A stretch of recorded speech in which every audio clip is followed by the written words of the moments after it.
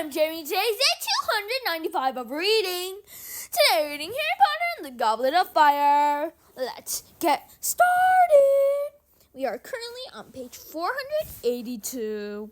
See why Harry shouldn't summon one from the nearest Muggle town. Hermione squashed this plan by pointing out that in the unlikely event that Harry managed to learn how to operate an aqualung within the limit of an hour, he was sure to be disqualified for breaking the International Code of Wizarding Secrecy. It was too much to hope that no Muggles would spot an aqualung zooming across the countryside to Hogwarts.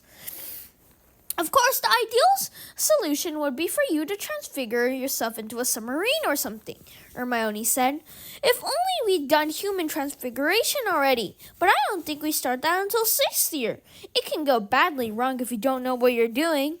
Yeah, I don't fancy walking around with the periscope sticking out of my head, said Harry. I suppose I could always attack someone in front of Moody. He might do it for me. I don't think he'd let you choose what you wanted to be turned into, though, said Hermione seriously. No, I think your best chance is some sort of charm. So Harry, thinking that he would soon have had enough of the library to last him a lifetime, buried himself once more among the dusty volumes, looking for any spell that might enable a human to survive without oxygen. However, though he, Ron, and Hermione searched through their lunchtimes, evenings, and whole weekends, though Harry asked Professor McGonagall for permission to use the restricted section, and even asked the irritable vulture-like librarian Madame Pince for help, they found nothing whatsoever that would enable Harry to spend an hour underwater and live to tell the tale. Familiar flutterings of panic was starting to disturb Harry now, and he was finding it difficult to concentrate in class again. The lake, which Harry had always taken for granted as just another feature of the grounds, drew his eyes whenever he was near a classroom window, a iron-gray mass of chilly water, whose dark and icy depths were starting to seem as distant as the moon. Just as before he had faced a horntail, time was slipping away as though someone had bewitched the clocks to go extra fast. There was a week to go before February the 24th. There was still time. There were 5 days to go. He was bound to find something soon. 3 days to go. Please let me find something, please. With 2 days left, Harry started to go off food again. The only good thing about breakfast on Monday was the return of the brown owl he had sent Sirius. He pulled out the parchment, unrolled it, and saw the shortest letter Cyrus had ever written to him. Send date of next Hogsmeade weekend by return owl. Harry turned to see the parchment over and looked at the back, hoping to see something else, but it was blank. Weekend after next, whispered Hermione, who had read the note over Harry's shoulder. Here, take my quill and send this owl back straight away. Harry scribbled the dates down on the back of Cyrus's letter, tied it onto the brown owl's leg, and watched it take flight again. What had he expected? Advice on how to survive underwater? He had been so intent on Cyrus, telling Cyrus all about Snape and Moody, he had completely forgotten to mention the egg's clue. What's he want to know about the next Hogsmeade weekend for? Said Ron. Dunno, said Harry dully. The momentary happiness that had flared inside him at the sight of the owl had died. Come on, care of magical creatures. Whether Hagrid was trying to make up for the blast-ended Scroots, or because there were only now 2 Scroots left, or because he was trying to prove he could do anything that Professor Grubbly Plank could, Harry didn't know. But Hagrid had been continuing her lessons on unicorns ever since he'd returned to work. It turned out that Hagrid knew quite as much about unicorns as he did about monsters, though it was clear that he found their lack of poisonous fangs disappointing. Today, he had managed to capture 2 unicorn foals. Unlike fully grown unicorns, they were pure gold. Parvati and Lavender went into transports of delight at the sight of them. Even Pansy Parkinson had to work hard to conceal how much she liked them. Easier to spot than the adults, Hagrid told the class.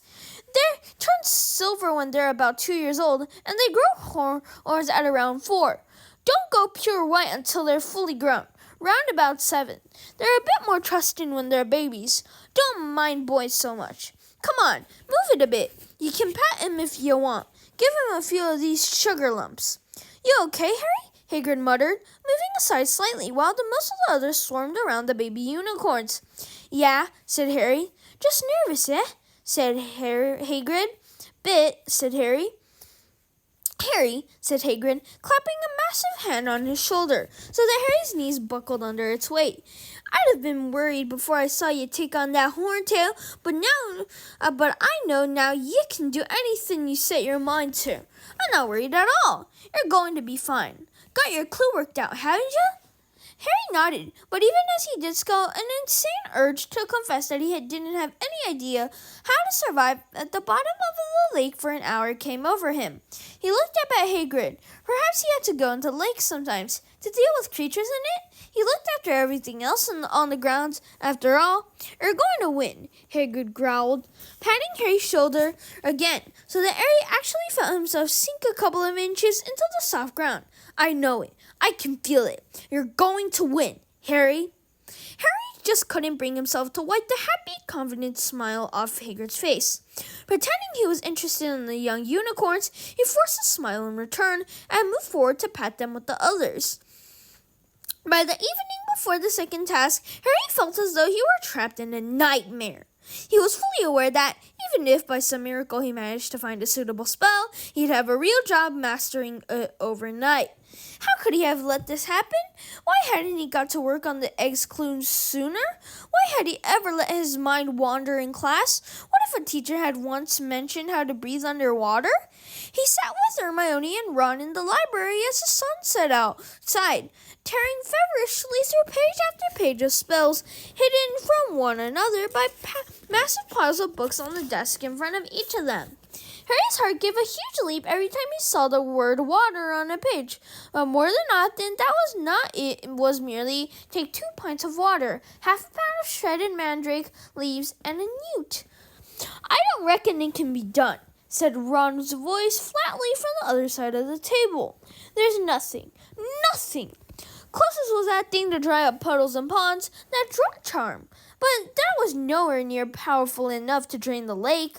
There must be something, Hermione muttered, moving a candle closer to her. Her eyes were so tired that she was poring over a tiny print of old and forgotten bewitchments and charms with her nose about an inch from the page. They never had said a task that was undoable. They have, said Ron. Harry, just go down to the lake tomorrow, right? Stick your head in, yell at the mer people to give back whatever they nicked, and see if they chuck it out. Best you can do, mate. There's a way of doing it, Hermione said crossly. There just has to be. She seemed to be taking the library's lack of useful information on the subject as a personal insult. It had never failed her before. I know what I should have done, said Harry, resting, face down, on saucy tricks for tricky sorts. I should have learned to be an animagus like Cyrus. An animagus was a wizard that can transform into an animal. Yeah, you could have turned into a goldfish any time you wanted, said Ron. Or a frog, yawned Harry. He was exhausted.